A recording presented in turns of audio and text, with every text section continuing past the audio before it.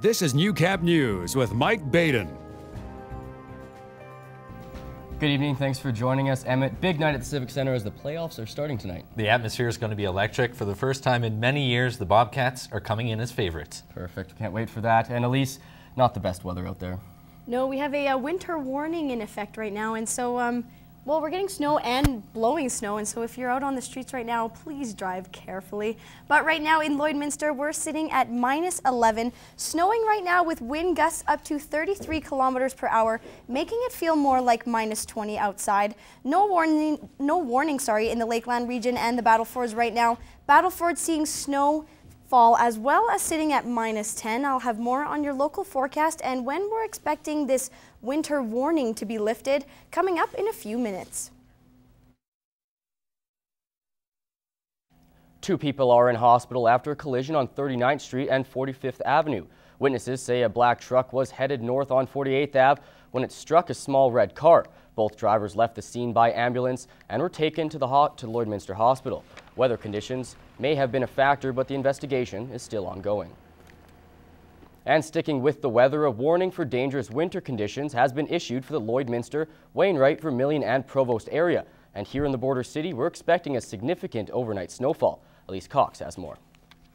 We had the week of extremely low winter temperatures, but now we're seeing these winter extremes in our snowfall and winds.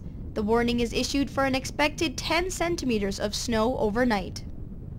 Well, actually, I got up about 6 this morning. I thought I would have seen some more by then, but it's been a light, steady snow for the better part of the day, actually. And pretty much this is what the doctor ordered coming down the pike. And we're expecting wind gusts up to 60 kilometers per hour, reducing visibility to less than 1 kilometer, which isn't good news for highway driving. Well, I have to drive to Edmonton tomorrow, so I hope it all drops tonight, and then they can get the roads clear for me for the morning. Driving conditions are pretty on the bad side, actually. Yeah, and the viz is supposed to be down to about 1 kilometer, and with the snow blowing as it is, it's going to be pretty difficult out there. So if you do have to travel within the next 24 hours, some advice to consider. I'll leave myself some extra time to make sure I'm safe and try not to travel too fast. Elise Cox, Newcap News. RCMP are asking for your help in finding 14-year-old Natasha Stout, 11-year-old Kiana Benson, and 10-year-old Sunshine Thomas after they reportedly left their foster parents' home early this morning. They're believed to be traveling in a gray 1998 Toyota RAV4 with a Saskatchewan license plate 967 GFD. If you have any information about this or any other crime, please contact Lloydminster Rural or Maidstone RCMP. Last night, Lloydminster RCMP were at the scene of a drug deal. 29-year-old Jason Robert Spray was arrested for cocaine trafficking. 6.5 grams of cocaine was found on his person, followed by 45 grams found in his hotel room. Spray has been charged with numerous offenses and will appear in court in Lloydminster on February 27th. The exhibition grounds were surrounded by snow, but that was all part of the landscape for the sleigh rides in the 9th annual Poker Cutter Rally for Cancer.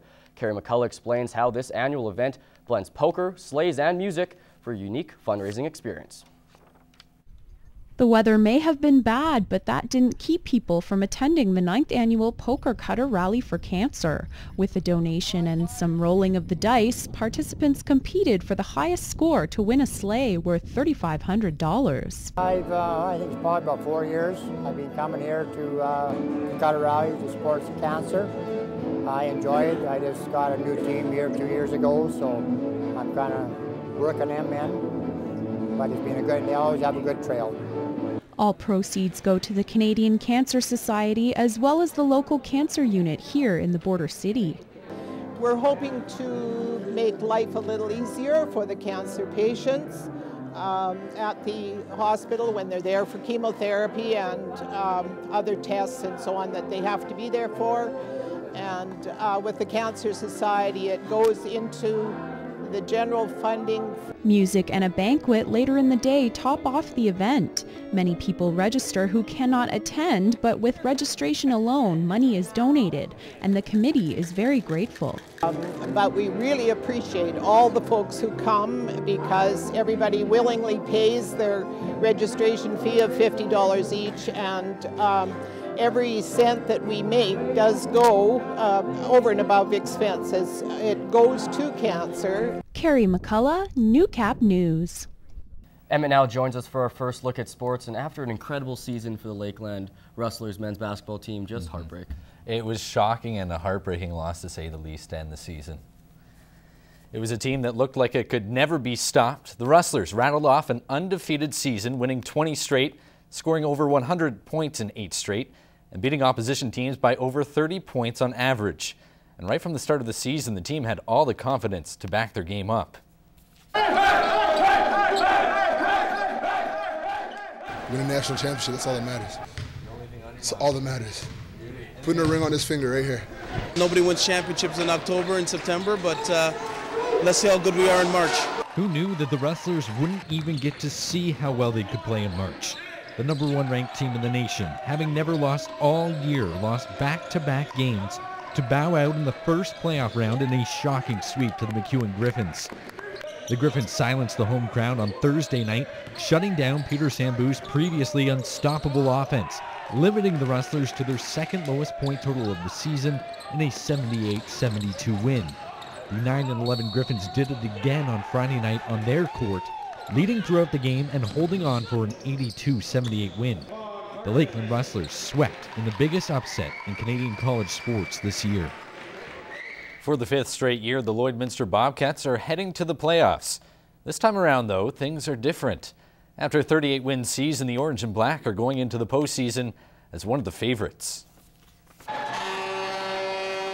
When the Bobcats touch the Civic Center ice on Saturday night against Drayton Valley, it will be the first time the team has hosted a playoff series in a dozen years. Never been a really strong team going into the playoffs. I think this is a strong team. And as long as we keep our head and feet on the ground and don't look past this first, our first matchup, I think it will be okay. But it's awesome right now in the room. I mean, every practice we're getting more and more excited, and just can't wait for Saturday to come. It's awesome. We got home ice advantage, and we're really looking forward to that. The Bobcats and Thunder met 6 times this season, with the Cats earning points in all, winning 5 and losing 1 in overtime. The last time these two teams met at the Civic Center had head coach Brian Kern shaking his head in disbelief after a 10-4 Bobcats win. He doesn't expect the same sort of blowout this time around. by no means is this going to be any easy series. This is going to be a coin toss, this one. It's going to be a tough battle. Whatever you think in the North, it's just going to be unbelievable getting out of the North, but I think our team looks forward to it. Well, the Cats say they don't want to look past the first-round series. Every guy in the dressing room knows they have much bigger hopes. There's only one goal I've ever had, RBC. There is no other goals. I'm still focused on going to an RBC here with our teams. Obviously, just make a great big run, play as best my ability so that we could possibly win a championship here and go to RBC.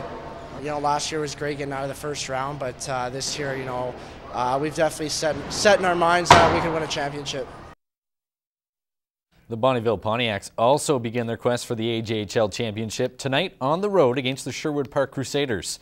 The Pontiacs head into the playoffs in a massive slump, winning only one of their last 10 games.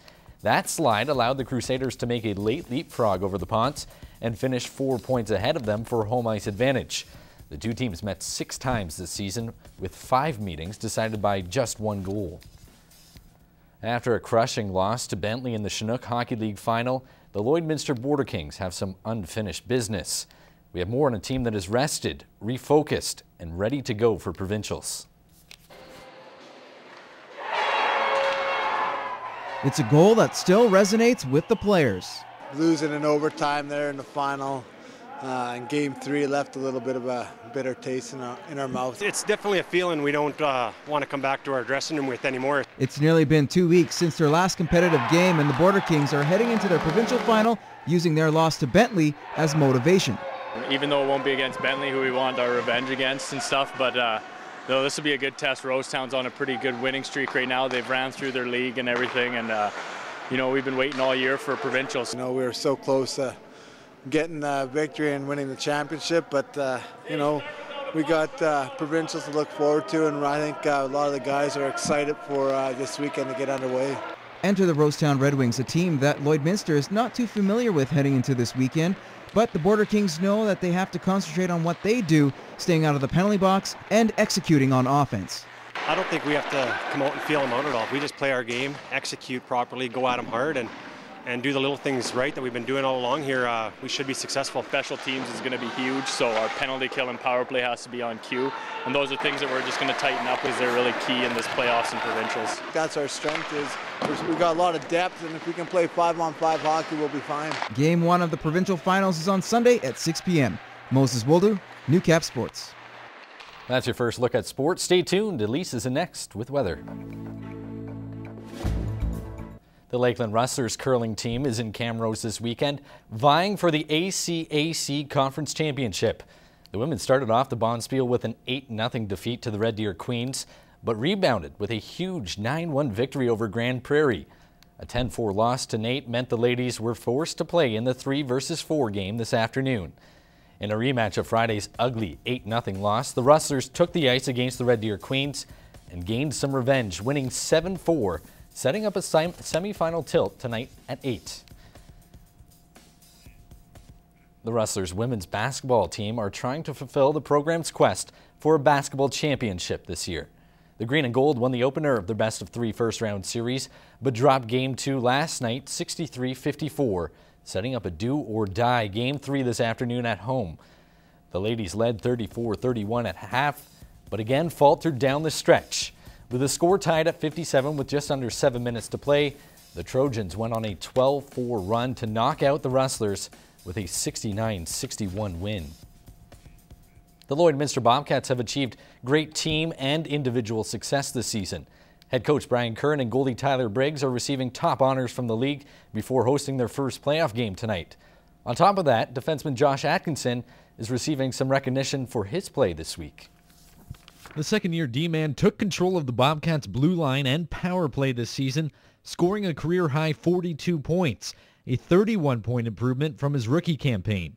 That leap has led to a Division I scholarship with the University of Alaska Fairbanks. Something that I wanted, and I worked hard towards it, and got a lot of help from the coaches, and they helped improve my game. It's an honor to get a scholarship, but he certainly did get he had a tough decision. He had 3 schools after him.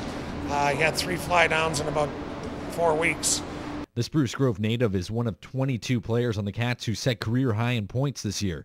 Atkinson and Curran say that's from buying into a team system on the ice and sharing similar goals for the future. With team success comes individual success, so a lot of it's from the team doing well. Schools come out and watch, and I ended up being the one to get a scholarship, and I'm sure there will be a couple other guys who will get one by the end of the year here. Well, I mean, I think that's just what our program is trying to do, is to develop players to go to Division I or get a scholarship at any level. I mean, Atkinson had offers from 5 schools, including Yale and Michigan. He is one of 5 AJHLers this year to join the Polar Bears. The team competes in the Central Collegiate Hockey Association, a division that has another 4 current AJHLers recruited for next year. It's not bad. There's a lot of razzing going on right now, but I don't know. I think they're happy for me, and I'll hope to have the same happiness for them when they get theirs. That's it for sports. Stay tuned for more Newcap news and weather after the break.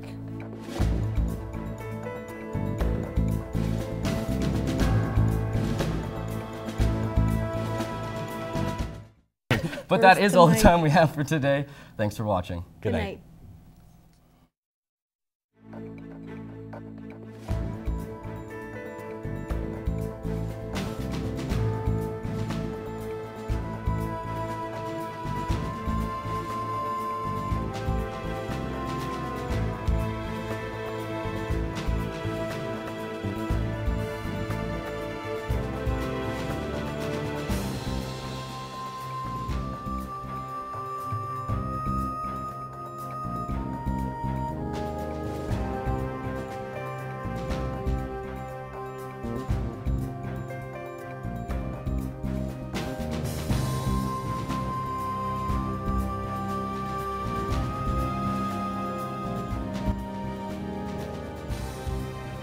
Makeup provided by Vivid Hair and Aesthetics.